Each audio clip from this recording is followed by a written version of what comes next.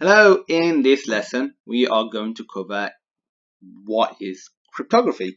We've talked about cryptocurrencies and how one of the foundations of cryptocurrencies is cryptography, and it's one of the foundations of blockchain and several other applications. Essentially, cryptography is a mathematical algorithm to secure data.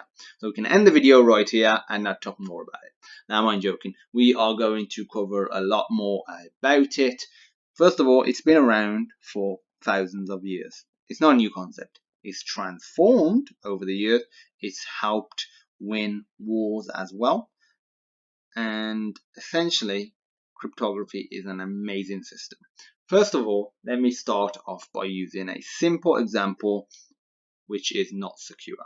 So imagine if we have person A, they write a letter and they send it to person B. So we have this letter here and we're using some sort of intermediary here. So imagine it's the postal service, whatever postal service is in your country, doesn't matter. So what person A is doing, they are entrusting this postal service to not open the letter and read it and reseal it, because you can pretty easily do that. So person B probably wouldn't be able to tell that has happened, or person A wouldn't either. So you are trusting the postal service or whatever the intermediary is, whether the intermediary is a friend and they're going somewhere and they can give it to person B, or whether the intermediary is another company, doesn't matter. Whether it's over the internet, again, does not matter. And you want that information to be secure. But what happens if they did open it and maybe you didn't know? They've seen the information in there. It might be something insignificant like, hello, how are you doing? Or it might be something like some sort of login details, or it might be something private between person A and person B. So this is where something like cryptography could come in.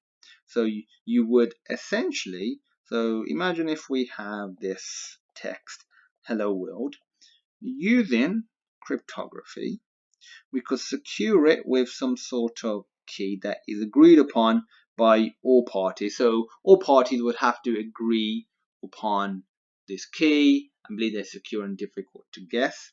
And maybe this now becomes 3, 2, 4, 5, comma, X, Z, A, D, A, E, F, G, X, X, X, 000 F2.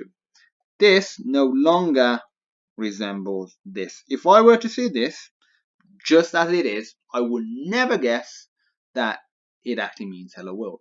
But somebody with this key could encrypt information and get this, what essentially looks like garbage. And then somebody with this information could use the key again to decrypt it and get the original message. So there are various forms. So you could use something like a Caesar cipher, which essentially just shifts the letters of a message an X amount. So if you just shift it by 1, H will become I, E will become F, L will become M, etc., etc. That's a very basic form of encryption, but that has been used a lot, and a lot of children use it to just experiment and just get around, let's say, the average person reading it. But there are more complex forms as well. Those complex forms really don't matter, because essentially you have two main concepts, and they are encryption, which is this way. They're going from readable data to something that's not readable.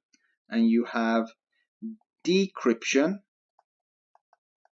which is going the other way from what looks like garbage data to readable data. So essentially, cryptography transforms readable data to what looks like garbage and is unreadable to retrieve its original meaning. So this is essentially cryptography. There are two main aspects to this. So two main two main aspects that you need to know, and there's something called a cipher. The cipher is essentially the rules that are used to encode the information. So the rules in that other one, in the Caesar cipher, would be move the letters X amount in the alphabet.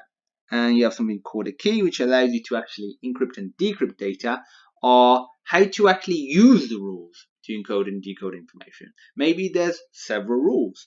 In what order do you use those rules? How do you use those rules? So cipher are the rules, key is how you use the rules. So the key allows us to encrypt and decrypt data.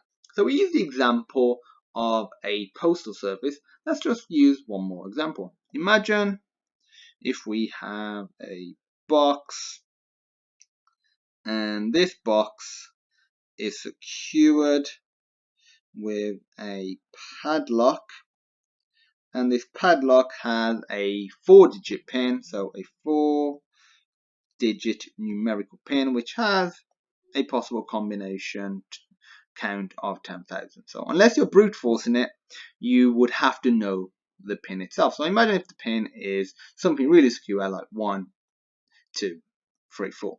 If person A was to open this using the pin 1, 2, 3, 4, they could open it.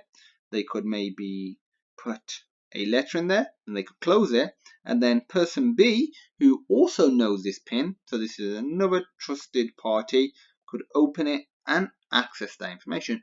Nobody that doesn't have the correct pin and doesn't try and brute force it could access this information. You could technically say, oh, if it's just like a general sort of safe, you might be able to physically break into it. So I'm not hack it in the way of like guessing the pin. You could maybe break into it using some sort of hammer or saw or something like that. Ignoring those scenarios, the only people that can use it are person A, B, and anyone else they entrust. So that's another example of cryptography or securing in the real world. And cryptography uses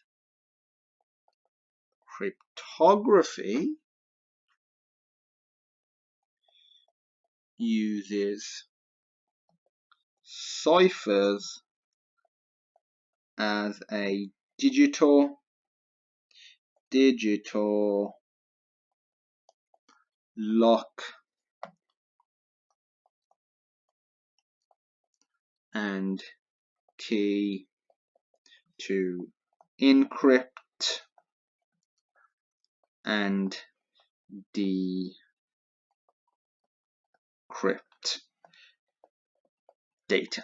So we essentially replace this, so the padlock, and this. So this is essentially, you can think of this as a cipher. This is the key, and it replaces that in a digital form using mathematics to secure data. So that's what cryptography is in its core essence. If you have any questions, feel free to reach out. If there are any concepts that you didn't understand in the video, feel free to go over them again and just have a look. That's always the best way of learning. And as usual, thank you for watching, and I will see you in my next awesome lesson.